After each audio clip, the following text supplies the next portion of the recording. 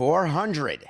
That's the word of the day. Today is Wednesday, September the 6th, 2023, and we are celebrating your favorite Yankee and my favorite player, Giancarlo Stanton. 400 home runs. He hit his 400th last night against the Tigers. The Yankees season has completely turned around. Here in New York, everyone has the view, total glass half full type of society and city. Love that. Instead of shortening MLB's season to 154 games, if we made this current season 279 games, then the Yankees would make the playoffs because they're playing well. They brought the boys up. Stanton's hitting bombs. They've got great pitching. They're playing really good teams, and they're winning games. Well, none of that's actually happening. But what is happening is that Jason Dominguez was brought up as a kid, and the Yankees are loath to do that, although they started the season with Volpe. Brought up Dominguez, hit a couple of home runs, but the story is about Stanton, and I want to tell you, when we drafted Stanton, the Miami Marlins drafted Giancarlo Stanton. His name was first brought to me, I will never forget it, because the way it was brought to me is that there is this high school hitter who's a football player, and he's threatening to play football, and no one's going to draft him in the first round, but he's the best hitter in the draft. But we can get him in the second round, but the risk is we'll lose our second round pick because he may choose football. And my view is, who would ever choose football over baseball? Especially when I got a look at Stanton and I realized that there was an opportunity for him to be a slugger. And sluggers get paid because, as you know, lots of people dig the long ball. So we draft him in the second round, and his opening salvo to us, once you draft a player, you then start negotiating. There were no slots back then. So we did some pre-draft discussions, which you do with players. They're called pre-draft deals. Totally against the rules, but every team does them. A pre-draft deal is when you know you want to draft a player, and you say to that player, don't allow yourself to get drafted by any of the teams above you because I promise I'm going to sign you at blank. And then the agent calls all the teams who draft before you do and says, you better not draft my guy because then he's not going to sign with you. We were told that by agents a lot during the course of the draft. And most times you pay attention because most times you're not willing to take the chance of losing the pick, because when you don't sign your pick, you get an extra pick the next year, but you've lost a year of development. While you save a little money in the budget in the current year, you're spending more money in the future year. All in all, you'd rather get all the players you draft. So we had a pre-draft deal with Stanton, except it was always under the threat of, hey, he still may go play football. So we get Stanton signed, goes to the minor leagues, and I didn't think much about it after that happened until the next season started, and I got my list. I had a list. I carried a lot of things around, not on emails back then and not on a smartphone back then, but I carried around a briefcase. And in the briefcase, I had people ask me, did you know all of your minor league players? And the answer is no. Any team president who says he knows all the minor league players, frankly, any GM who says he knows all the minor league players is probably not telling you the truth. But what I did get was a list of players to watch every season. And then at the end of every day, I would get a game report from all the different levels, AAA, AA, high A, low A, even the Dominican Summer League. And I would know which names to look for so I could follow them. There'd be pitchers, there'd be hitters. And from the beginning, our guys said, both the scouts, don't let people tell you, scouts and player development thought this guy was great coming out of high school. Player development has nothing to do with players coming out of high school. They don't know squat about the players coming out of high school. They get the players who the scouts draft, and then they work with them and get them to the big leagues. So in the beginning, it was the scouts, all of whom were so excited when we got Stanton in the second round, who were so excited when we were able to get him signed, who were positive that even the development people, and there's a lot of tension between the two, positive that even the development people couldn't screw it up. So Stanton gets called up, and the first time I laid eyes on him was in spring training, and he was going through batting practice, and this was in either 2009 or 2010, one of those spring trainings. I don't remember which one. He started in baseball in 2010, and our ballpark was under construction. We started construction in 2009 to open in 2012, and Stanton debuted a pro player in 2010. And I remember thinking to myself, this is someone who is going to be a Hall of Famer.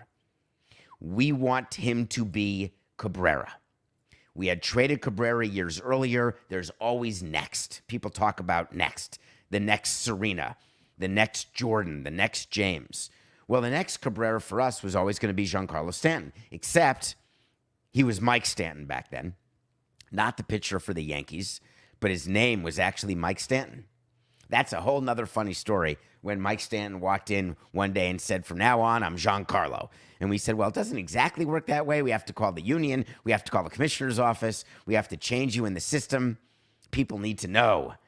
But he wanted to be Giancarlo Stanton because he thought that he wanted to go back to his name and that's how he wanted to be known. Great. G. So anyway, 2010 comes. He's in spring training. You're looking at him, and he not only looks like Adonis, but when he hits the ball, I hadn't heard anything like that since Vladimir Guerrero, Miguel Cabrera, Hanley Ramirez, and Giancarlo Stanton. It's a sound. So you can close your eyes, and I learned this from baseball people. You can close your eyes and you can know who's at bat if you're really paying attention during BP. So Stanton gets called up. He gets his first home run, 10 days later. And we started doing some calculations, not just about how much money he would make, how much money in theory we'd have to offer him to be a lifetime Marlin, whether or not he'd be on the Mount Rushmore of all-time Marlins, and how many career home runs he would have. And we all thought, and I'm not changing history here. You can speak to the people we were with, Larry Beinfest, Mike Hill, myself. We all assumed that he would hit more than 500 home runs as a big leaguer, which is a very rare feat.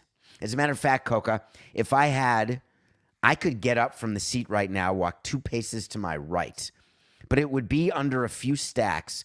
But I have a piece of memorabilia that I purchased that is a piece of paper signed by all of the players who have hit 500 home runs, or by most of them. And the thought always was, because I'd had that paper at that time, so I don't know that I have the recent people who've gotten there, is that Stanton was going to be on that list. So his career happens with the Marlins. We bring him into the new stadium, and everything was going great. We signed him to the 13-year, $325 million deal. The only issue we ever had with Giancarlo was that his body was so tight, and I mean tight as in tight, not tight, which is a word that maybe young people use, like dope, like tight. No. Is tight used, Coco, like for something that's good? So Giancarlo Stanton would get injured. He'd have soft tissue injuries. But our assumption always was he'll grow out of that, or we'll help him with his workout routine, and that will get better. Then he got hit in the face with a pitch, and we dismissed that. That's just terrible luck.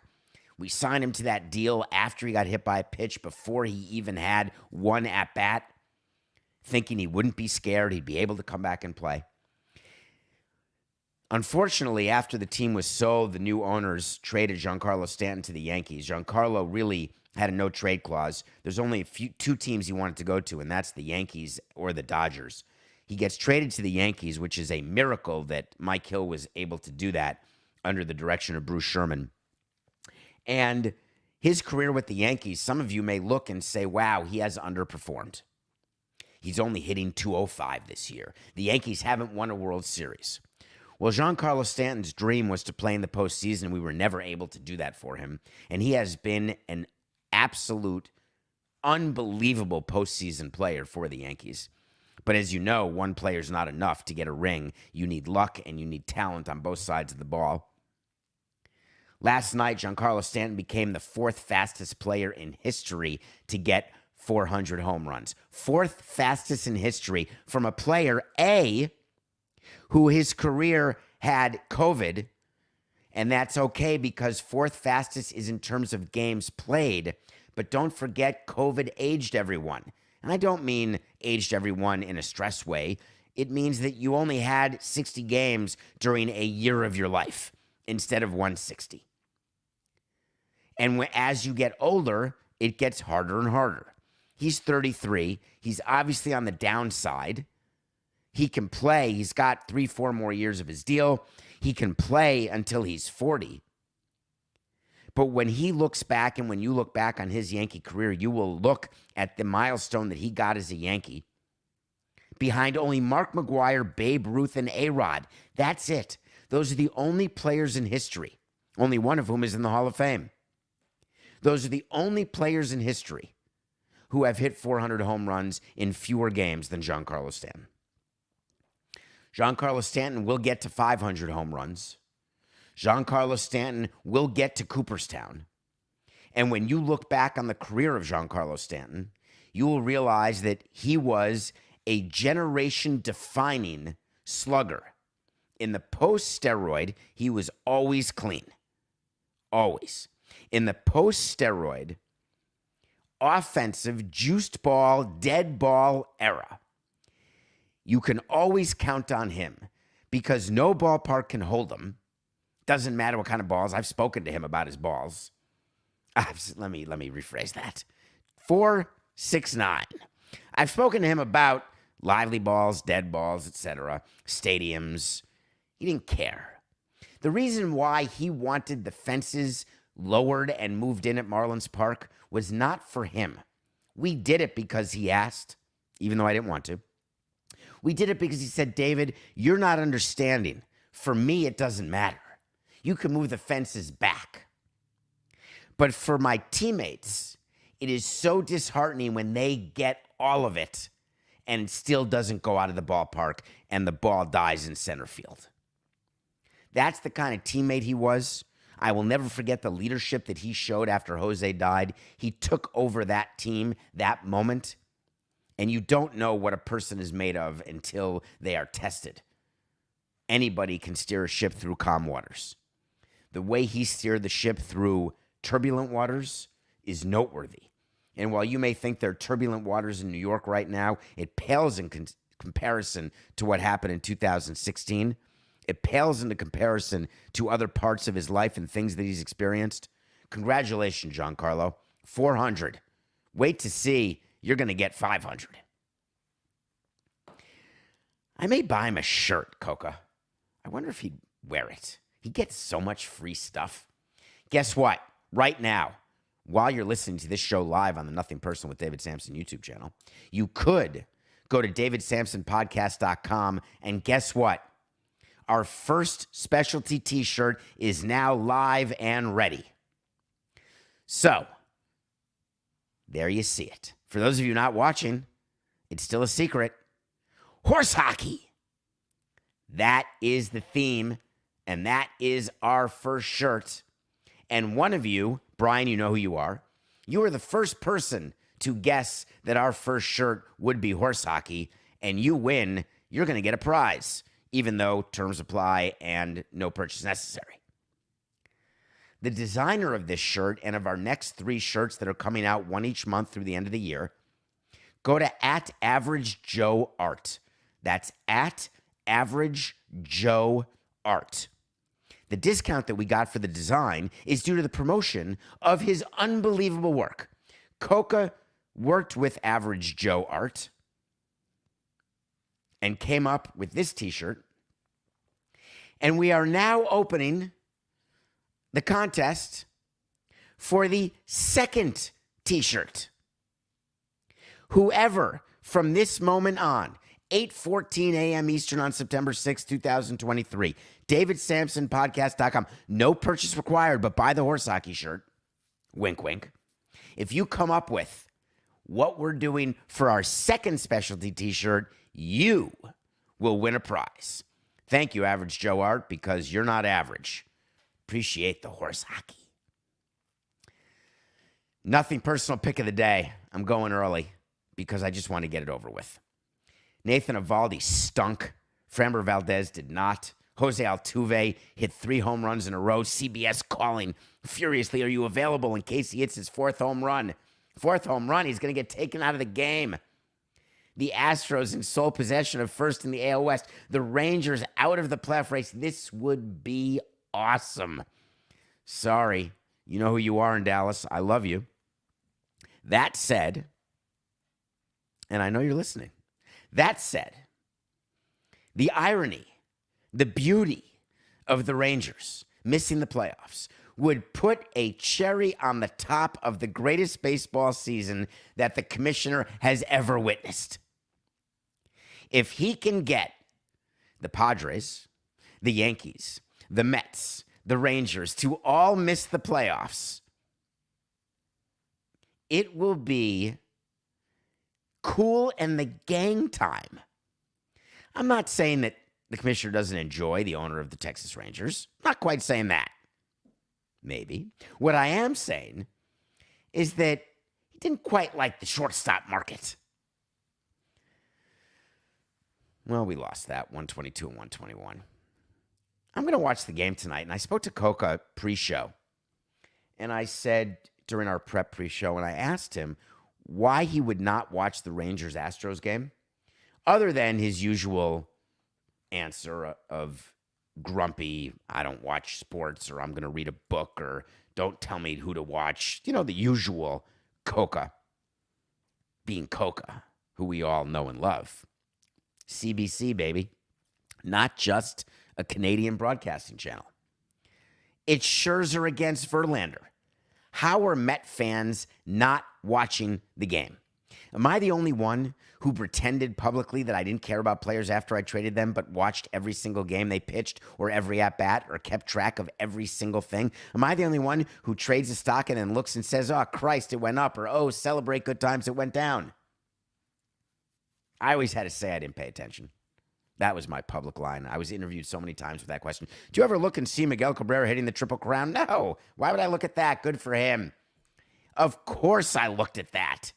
It was very strange to be despondent and happy. I love Miguel and wanted him to win the Triple Crown and an MVP and a World Series and everything. He got 2 of those 3. But of course you look back and say, man, if he had stunk, then people wouldn't accuse me of making the worst trade in history. So are you saying that as Mets fans, you don't care what Scherzer and Verlander do? I don't know. The big theme of the night is going to be the animosity between Verlander and Scherzer. Scherzer came out and said, oh, we were good. We were pals, which is, say it with me, horse hockey. Verlander at least acknowledged it when asked about it. He said, I think it was a bit blown out of proportion, but, you know, there was some tension there.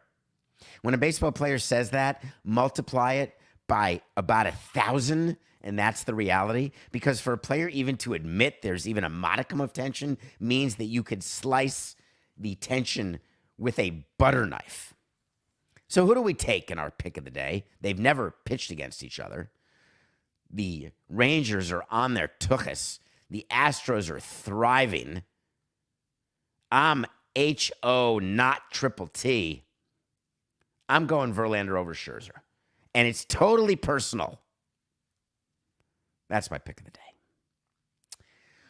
All right. Let's take a quick break.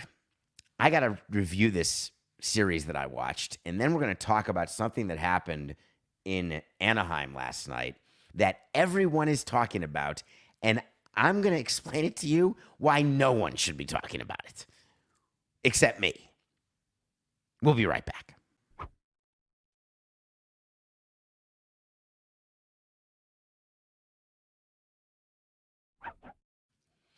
Welcome back to Nothing Personal. Thank you for spreading the word. You have made our show what it is, and we continue to grow, coming off either our best or our second best month ever. Thank you in August, and we're just going to keep going. live, 8 a.m., Nothing Personal with David Samson, YouTube. Please go on davidsamsonpodcast.com. Get me questions, comments. Check out the merch, horse hockey. Hope you enjoy it. Average Joe Art. I've got a lot of people coming at me. Too many to keep track of, though I do write a lot of it down in my phone under notes. A lot of people come at me with things to watch. One of my most loyal fans in St. Louis, thank you, said you got to watch Telemarketers. Telemarketers is a limited series on a channel. Sorry. It's a Max, thank you. It is the story of people who make a living like Jordan Belfort, except it's not the stock market. Basically, it's a pump and dump scheme. Basically, you are calling widows and orphans, you are taking their money, and you're giving them nothing in return. And this series is a documentary, and it follows two guys who said, you know what, I've had just about enough. I like making the money, but I'm not making nearly as much as the guys who own this company of crap, who has Margot Robbie as a girlfriend, not in real life, in case she's watching or he's watching. But if you ever wondered about all the spam calls you get, and if you ever wondered why you get so many, because you say, I always hang up, why do they even bother? The number of people who actually take the call and give the money would blow your mind. There is nothing faster to separate a person from his, her, or their money than stupidity, ignorance, inexperience, loneliness. Telemarketers is a series, I think it's a 3-parter, that will get your attention from the beginning because you'll assume that it's actors playing the characters. You'll wonder, is this possible? Are these real people? And the answer is, hell yeah. Telemarketers on Max, give it a try. Come September, we would do team photos. And team photos got a lot of attention yesterday when Shohei Ohtani did not appear at the Anaheim Angels team photo. What does it mean? Couple of nuggets about team photos. These days, in September, you can only bring up 2 people. The maximum size of your roster can be 28 instead of 26. In the old days, not so old. I've only been out of the game 6 years. You could bring up infinity players, up to 40. Let me do that better. 2, 8, 6, 9. In the old days, the only limit for September call-ups was the limit of the size of the roster, which was 40. You could have 40 people on your big league team. We would get a list starting the second week of August to start preparing us for who our baseball people wanted us to bring up in September. A backup catcher, extra arms, a few extra bats off the bench, yada, yada, yada, yada. Baseball people want as many people up as possible. Business people want as few people up as possible because they're getting paid the major league salary, minimum. They're getting the minimum, but they're still getting a month of it. So 1/6 of, $600,000. You're giving them an extra $100,000 for nothing. And they're getting service time, which is even more valuable. But if you're in the race, you tend to listen to your baseball people. When you're not in the race, you tend to say, take the backup catcher, take the extra bullpen arm, but Ganug. That's it. Team photos, all 30 teams take a team photo every year. You do it for history. Now, strange as it may seem in this era of internet, but there is still an official team photo from every year. Every year we would do the team photo, and then I would get a copy of it with names underneath, top left to top right, etc. I could name every player of my players always. But guess what? 2 years later, 5 years later, 10 years later, I look back at team photos from 2001 and I say, ooh, I don't recognize that guy, that guy, that guy, that guy, that guy, and that guy. I didn't like team photos in September because it just meant more people in the team photo who I wouldn't remember years down the line. But the majority of team photos are taken in September, and the call-ups do get to be in the photos. Not as big a deal now. Every year, a player would miss the team photo. an excused absence, not any sort of nefarious reason. It would just be, hey, I have a doctor's appointment, I have rehab, I'm injured, and I'm not going to be at the ballpark, whatever the case may be. For whatever reason, it became a very big deal that Shohei Ohtani was not at the team photo. There is zero correlation between missing the team photo and re-signing with the team. Don't worry, Anaheim. Zero correlation. It does not mean he's upset with the team, upset with the manager, upset with the owner. It means he was doing something. But people said he was there 10 minutes later. He wanted to play, whatever the case may be. Maybe he had an obligation. But when a player misses the team photo, we want the player in the team photo. So what we would do is we would do a stand-in. The stand-in would stand where the player should have stood. Then we Photoshop the player's face onto the body of the stand-in. So if you look back at team photos for the Expos and Marlins from 00 to 17, I couldn't even pick out. It would take an internet sleuth.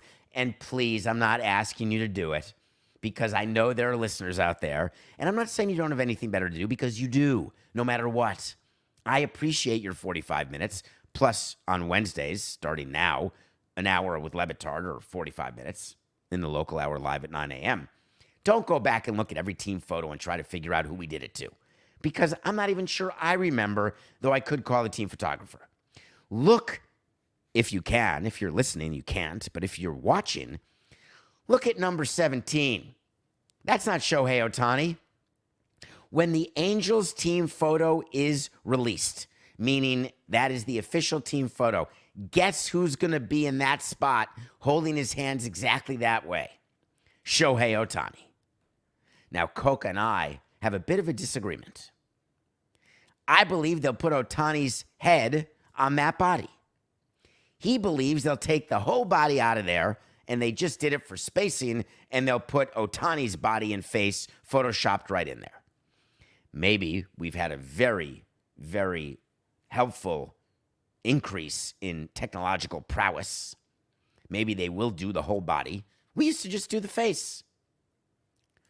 Ohtani had some oblique soreness. He's got a torn UCL. Today is Wednesday, September 6th, and I will say it one final time. Why are you playing? Instead of skipping the team photo, how about skipping the rest of the season? I'm a little tired today. I was out of bed and watching content at 2:30 in the morning. Did not get a lot of sleep. I watched the U.S. Open. I love watching the U.S. Open. I admit it.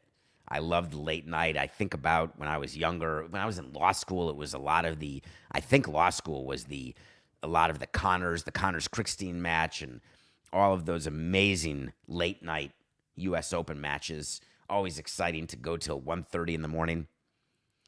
I watched Shelton get to the semis last night. Congratulations to him. Djokovic reached the semis and broke a record. Can we talk about Djokovic?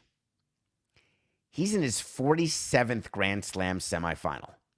There's only 4 a year. That's like for 12 straight years going to the semifinals in every Grand Slam except one.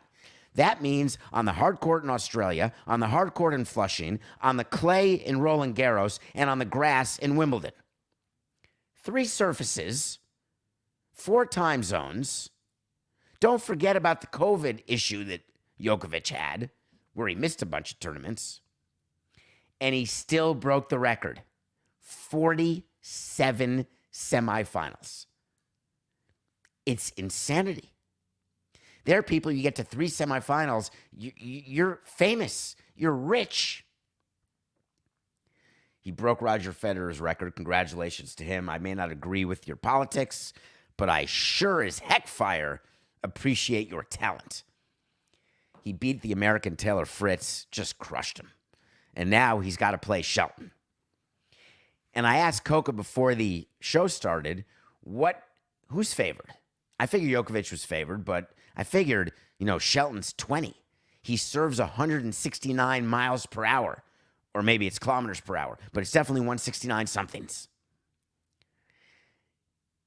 The books have Djokovic as an 18-1 favorite to win the match. You have to bet $1,800 to win 100 for Djokovic to win and make it to the finals, setting up what'll be another final with him and Alcaraz, which will just be amazing. I think tennis may be back, and American tennis is certainly back. Coco Gauff is in the semifinals. Oh, it's not 18-1. What is it, Coco? If you bet 1,800 to win 100, how is that not 18-1? All right, you can tell me later. Okay. Do you want me to totally stop? No. Oh, he's 1-18? Is that your point? Shelton's 10-1 and Djokovic is 1-18? Whatever. I think people understood, Matt. Language is for communication. Did anyone out there get into the chat room where I think Coca may be there? And let me know, when I said Djokovic is favored 18-1, you have to bet 1,800 to win 100. Did you say, oh, Samson, it's not that. It's 1-18. I think you're being a little harsh. But for the people at DraftKings, let's get the nomenclature correct. Shelton is 10-1 to make his first finals appearance, and Djokovic is minus 1,800 to make another finals. A lot of people were excited about the Tiafoe-Shelton match. A lot of people were excited about Coco Gauff, saying American tennis is back. Coco Gauff is the youngest. Shelton is the youngest semifinalist American since Michael Chang. Coco Gauff, the youngest semifinalist, the youngest African-American semifinalist since Serena Williams in 2001 or something. This is a good time. First American teenager, period, since 2001. But all of it is being overshadowed on the business side with what has been going on with the WTA and the ATP. Tennis, you may not realize, has a men's circuit and a women's circuit. The men's circuit is the ATP. The women's circuit is the WTA. They do separate broadcast deals. They do separate everything. They are discussing right now merging. But the ATP is also discussing, and I bet the WTA is also. They are. Will they be the next league, group to go for the money? Saudi Arabia and the sovereign funds, they are looking to continue getting into sports, investing in leagues, players, franchises. And there are negotiations going on now between the sovereign funds and the WTA and the ATP because they want an influx of money. And it has created quite a stir on the tour because some players, as you would imagine, it's how certain golf players felt about LIV. Certain of them took a position saying, no chance, toilet pants. Certain took a position saying, hey, can I buy a car with that money? Can I open an account on DraftKings with that money? Hell yeah, I'm in. I get it. People make interesting decisions when it comes to money. People's moral compass changes. Their tolerance changes. Generally, people are involved in self-preservation. They believe in their family and in what they need to do to provide. And it's very difficult. The majority of us do not choose scruples over money. Let me say it a better way. We all have a different line where our scruples rest. Have I ever told you where my line is? Can we go off the subject for a quick second? My line is freedom. So what do I think is going to happen? There's going to be a meeting in London about the merger. They're going to bring in the head of both women's and men's tennis. They're going to fly to London because why not? They're going to look right as they approach the building because if they look left, it'll be a very quick meeting. If you know, you know. And Coca now knows. And they're going to get together and they're going to say, what would be the benefit? Well, there's a few data points they need to know before they decide to merge. Number one, where do they stand on sovereign investments? Number two, they need to speak to broadcast channels, rights holders. Because now there's an X and a Y. And I actually didn't mean that from a genetic standpoint. The reason why you merge is not to get X plus Y, it's to get X plus Y squared. Is there an opportunity to use leverage if you are tennis as the sport may be booming, not booming, getting better in America, worse in America, better in Europe, worse? Soccer, football? We know where tennis stands. Is it being surpassed by pickleball? The question is the purses that are paid to the players, the rights fees that are paid to the leagues, to the associations, to the tournaments. The only question that they're going to ask in London before going to a pub for fish and chips is confirming whether or not they will be able to be a more attractive property, both to investors and to rights holders. My wait to see, and this is official, Stanton hitting 500 home runs, not official, because although we're still going to be doing this show in 3 years, yes, we are. But my official wait to see is that there will be a merger between the ATP and the WTA. And that merger will be announced before the end of 2024. I'm giving myself 15 months because these things take time. But a merger will happen because tennis understands that their strength is not in being separate. And in order to even maintain their financial position, they have to combine. There are people, most people in business, it's what we do. You know, I do my whole show. It's just business. No, that's not the end of the show. We got to do this one more segment here, Matt. It's just business. You sit down with your people in marketing, in sales. You know what your expenses are. You know what your payroll is. You know what you're paying your game day staff. You know what your contribution is to the central fund. You know what your distributions are. You know what your set revenue is, your broadcast deal that's not dependent. You don't know exactly your gate revenue because you don't know what your attendance will be. You don't know going into a season. You estimate. You do a game-by-game estimate, but you really don't know because if your team's competitive for longer, you're going to have more walk-ups. Group sales are generally not directly correlated to team performance. It's more correlated to day of the week and availability and relationship with the group leader. But walk-up sales, which now are just called game day sales, internet sales, season tickets for the next year, that is dependent on performance.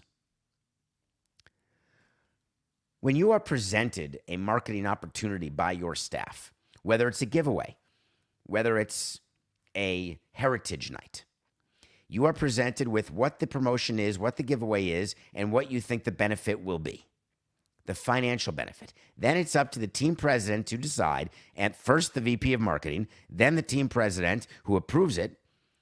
Is this something that we want to do? Is the juice worth the squeeze? I don't know why I just winked. That was so awkward.